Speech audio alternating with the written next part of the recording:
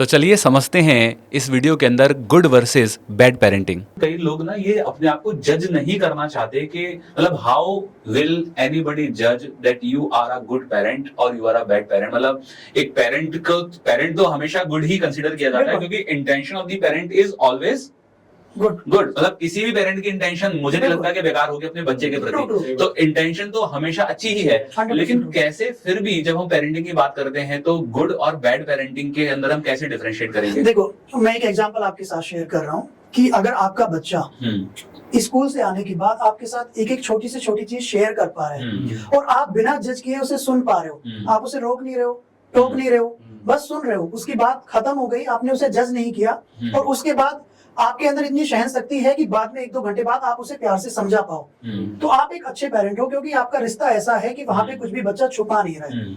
क्योंकि सबसे ज्यादा जरूरी चीज आज की एज में ये है कि बच्चा आपके साथ सब कुछ शेयर कर पाए, क्योंकि अगर वो आपके साथ शेयर नहीं कर रहा है तो फिर वो बाहर किसी और के साथ शेयर करेगा, और अगर बाहर किसी के साथ वो शेयर करेगा तो फिर बाहर वाले उस चीज का फायदा उठाएंगे। तो अगर आपका बच्चा गलती भी कर रहा है और आपके साथ आके शेयर कर रहा है तो you are a good parent. और आप उसे डांट नहीं रहे हो उस टाइम, तो you are a good parent. क्योंकि अगर एकदम से आप उसे डांट दोगे, आप उसके ऊपर चिल्ला दोगे, तो अगली बार जब बच्चा आपके सामने आएगा तो वो शेयर करने से डरेगा, उसे लगेगा कि पता नहीं मेरे पेरेंट्स कैसे रिएक्ट करेंगे। मतलब एकदम से डांटे ना, एकदम से रिएक्ट ना करें, आप बच्चे को समझें, क्योंकि कभी भी बच्चों की इंटेंशन खराब नहीं होती है। बच्चे से अगर गलती भी हुई है तो उसके पीछे कहीं ना कहीं उसका सही इंटेंशन था, तो उसे समझना ज्यादा जरूरी है। और जब हम हम काम रहेंगे एज ए पेरेंट और उसे समझने की कोशिश करेंगे तो हम बेहतर समझ पाएंगे और फिर हम उसको सॉल्यूशन दें कि इस सिचुएशन में क्या कर सकते हो, अब क्या हो सकता है।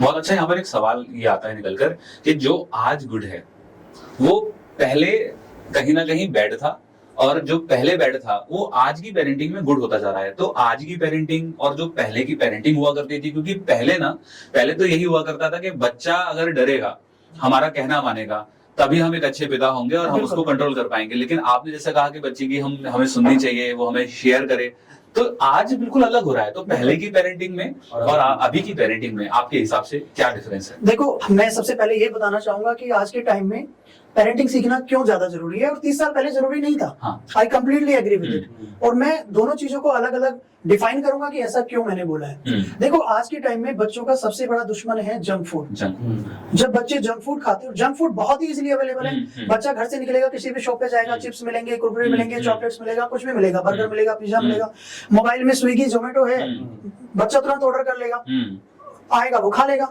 यानी कि बहुत ही इजीली अवेलेबल है। लेकिन पेरेंट्स को पता नहीं है कि जब बच्चे जंक फूड खाते हैं तो उनका शुगर लेवल एकदम ऊपर जाता है और फिर एकदम नीचे आता है। ठीक है, और जंक फूड में रिफाइंड शुगर्स होते हैं और रिफाइंड कार्बोहाइड्रेट्स होते हैं, जिसकी वजह से हमारे बच्चे जल्दी जवान हो रहे हैं। पहले आप देखोगे तो हमारी बच्चियों को 14 से 15 साल की एज में पीरियड्स स्टार्ट हुआ करते थे, लेकिन अभी 10 से 11 साल की एज में भी देखने को मिल रहे हैं। तो हमें जब तक हमारे साथ वो प्रॉब्लम नहीं आती तो हम आंखें बंद कर लेते हैं। हमें लगता है कि सब कुछ सही चल रहा है, लेकिन हमें दूसरों की गलतियों से सीखना है, तभी हम एक अच्छे इंसान बनेंगे। तो ऐसा क्यों जल्दी जवान हो रहे हैं, मतलब ऐसा क्या होता है? अगर आप साइंटिफिकली कुछ फूड हैबिट्स, पहले जो फूड थे वो इतने ज्यादा जंक फूड्स नहीं थे। अभी जंक फूड में इतने ज्यादा शुगर्स हैं, रिफाइंड कार्बोहाइड्रेट्स हैं, और बाकी चीजें आप देखो, दूध है वो भी प्योर नहीं है, तो उसकी वजह से जल्दी जवान हो रहे हैं हमारे बच्चे। तो हमें सबसे पहले अपने बच्चों की फूड हैबिट्स पे ध्यान देना है। पहले ये प्रॉब्लम नहीं थी 30 साल पहले।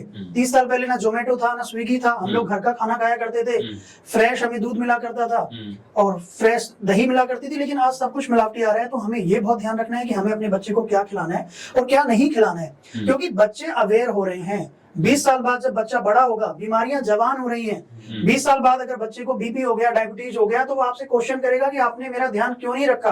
तो आप क्या जवाब दे पाओगे? क्योंकि बच्चा समझ जाएगा कि मेरी पेरेंटिंग सही से नहीं हुई है, मुझे बचपन में मेरी फूड हैबिट्स का ध्यान नहीं रखा गया है, इसलिए मुझे ये सारी प्रॉब्लम्स हो रही हैं।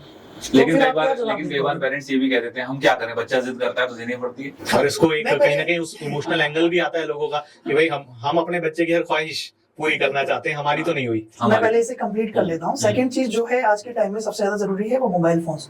30 साल पहले मोबाइल फोन्स नहीं हुआ करते थे, लेकिन आजकल बच्चा पैदा बाद में होता है, पहले हम पेरेंट्स ही मोबाइल लेके उसके पीछे पड़ जाते हैं, फोटो खींचेंगे, वीडियो बनाएंगे, वीडियो कॉल कराएंगे, रिलेटिव से बात कराएंगे। रेडिएशन निकल रहा है उससे, बच्चे को हार्म हो रहा है। स्क्रीन टाइम से बच्चे का ब्रेन डैमेज होगा, उसकी आइज पे फर्क पड़ेगा, तो हम खुद मोबाइल लेके बच्चे के पास जाते हैं। बच्चे को नहीं पता मोबाइल क्या है, जब वो इस दुनिया में आया उसे नहीं पता मोबाइल फोन क्या है, टीवी क्या है, हम खुद इंट्रोड्यूस कराते हैं। बच्चा रो रहा है, हम बिजी हैं, हमें कहीं जाना है, तो हमने अपने कंफर्ट को देखते हुए टीवी लगा दिया या मोबाइल में कुछ लगा के दे दिया, ताकि 10 मिनट के लिए 15 मिनट के लिए हमें बच्चे को टाइम ना देना पड़े। उसके बाद फिर बच्चा 1 महीने बाद उसको एडिक्शन हो गया, अब बच्चे को मोबाइल चाहिए। अब पेरेंट्स शिकायत कर रहे हैं कि जब मैं बिजी नहीं हूँ अब मैं बच्चे को टाइम दे सकती हूँ, अब बच्चा मोबाइल मांग रहा है। लेकिन अब मैं चाहती हूँ कि वो मोबाइल ना मांगे। लगाया तो हमने ही था।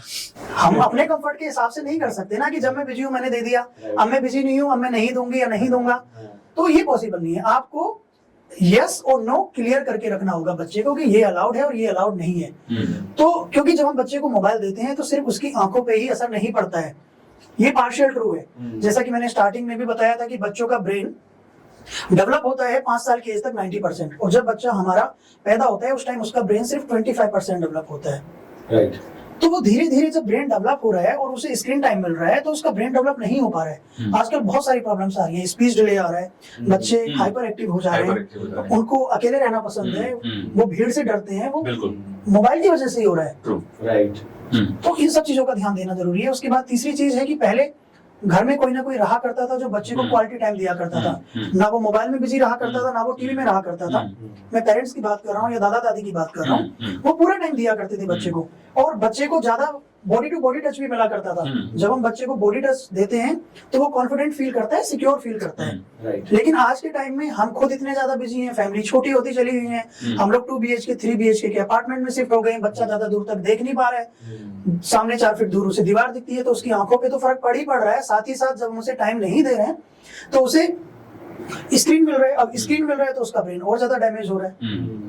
तो ये कुछ ऐसी चीजें हैं जिसकी वजह से आज के टाइम में पेरेंटिंग सीखना बहुत ज्यादा जरूरी है, क्योंकि हम चेंज नहीं कर सकते, हम वापस गांव में नहीं जा सकते, वो पॉसिबल नहीं है। लेकिन आज जहाँ पे हम हैं वहां पे क्या बेस्ट कर सकते हैं वो हमें सीखना बहुत ज्यादा जरूरी है। पहले चीजें बहुत ज्यादा आसान थी, पहले अगर बच्चे की पिटाई होती थी, बहुत सारे पेरेंट्स बोलते हैं कि हमारी बचपन में खूब पिटाई हुई है, तो हम अपने बच्चे को क्यों ना मारें। हम भी तो बड़े हुए हैं, हम इमोशनली बहुत स्ट्रांग हैं, हमें फर्क नहीं पड़ता। तो मैं उन्हें बोलता हूँ कि देखो पहले 30 साल पहले जब आप छोटे थे तो आपके बचपन में 4-5 लोग रहा करते थे फैमिली में। अगर फैमिली में भी नहीं थे तो घर से बाहर आप निकलते थे तो आपको 2-4 दोस्त हमेशा अवेलेबल मिलते थे। अड़ोसी पड़ोसी भी इतना क्लोज थे कि फैमिली जैसी ही रहती थी। फॉर एग्जाम्पल अगर मेरी पिटाई हुई बचपन में, मुझे मार पड़ी, तो मैं घर से बाहर गया तो या तो दादी मिल गई, चाची मिल गई, ताई मिल गई, अगर वो भी नहीं मिली तो 2-4 ऐसे दोस्त मिल गए जिनके साथ में जाके खेलने लग गया।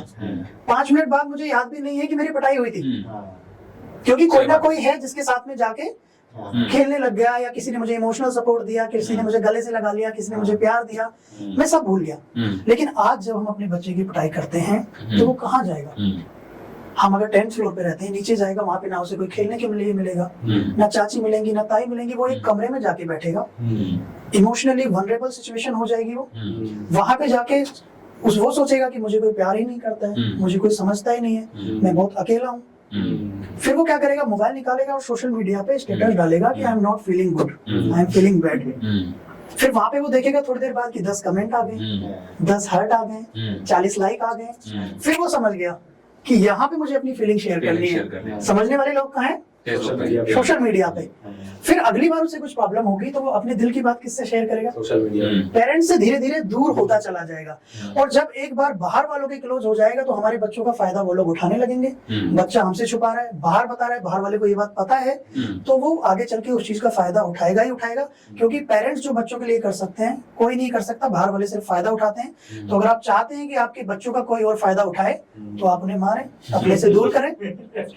और अगर आप चाहते हैं कि बच्चा आपके साथ सबसे पहले शेयर करे, ना कि बाहर वालों के साथ, तो आप एक बॉन्डिंग इतनी स्ट्रांग बनाएं कि बच्चा आपसे कुछ भी बताते वक्त डरे ना, और ये ना सोचे कि मेरे पेरेंट्स इस बारे में क्या सोचेंगे। टाइम बदल गया है, वक्त बदल गया है, हमें अपने आप को बदलना पड़ेगा, वरना हमारे पास पछताने के अलावा और कोई ऑप्शन नहीं रहेगा।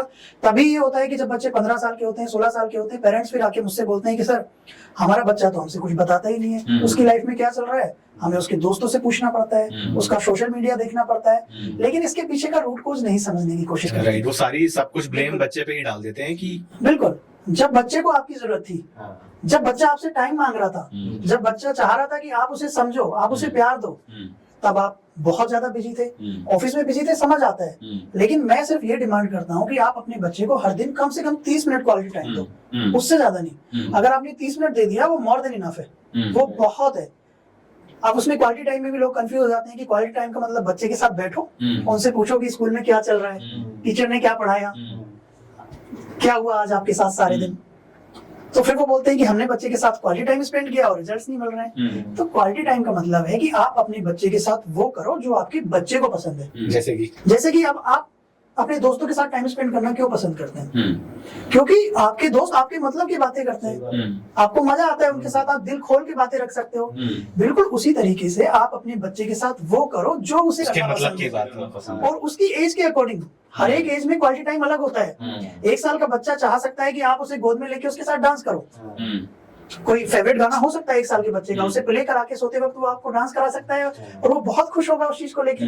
तो जब आप ऐसा रूटीन बनाओगे, 2 साल के बच्चे को हो सकता है कि आप उसे स्टोरीज सुनाओ, 3 साल के बच्चे को हो सकता है कि आप उसके साथ आउटडोर एक्टिविटीज करने के लिए जाओ, 4 साल के बच्चे को हो सकता है कि आप उसके साथ साइकिल चलाओ। यानी कि हर एक एज के अकॉर्डिंग आप अपने बच्चे से पूछो और समझो कि उसे क्या पसंद है, उसे किस चीज में खुशी मिलती है, आप वो चीजें उसके साथ करने लगो। आप भूल जाओ आधे घंटे के लिए कि मैं एक पेरेंट हूँ। अगर वो चाहता है कि आप उसके साथ सोफे पे जंप करो तो करो, चाहे आपको पसंद ना आए। अगर वो चाह रहा है कि आप उसके साथ घोड़ा बनो तो घोड़ा बनो, उसे अपनी पीठ पे बिठाओ। और ट्रस्ट मी, जब आप ऐसा करोगे तो आप अपना सारा स्ट्रेस निकाल दोगे उस आधे घंटे में। आप ऑफिस का, बिजनेस का, दुनिया की कोई भी मेडिटेशन वो काम नहीं करेगी जो आपने अपने बच्चे के साथ आधे घंटे क्वालिटी टाइम स्पेंड कर लिया ना, उससे रिजल्ट्स आएंगे, आपकी लाइफ चेंज हो जाएगी। मतलब ये दोनों के लिए ही बेनिफिशियल है, बच्चे के लिए भी और आपके लिए भी। आपकी लाइफ चेंज हो जाएगी और जब एक कनेक्शन बनेगा, बॉन्डिंग बनेगी ना, तो उसके रिजल्ट्स आगे चल के बहुत अच्छे आएंगे। क्योंकि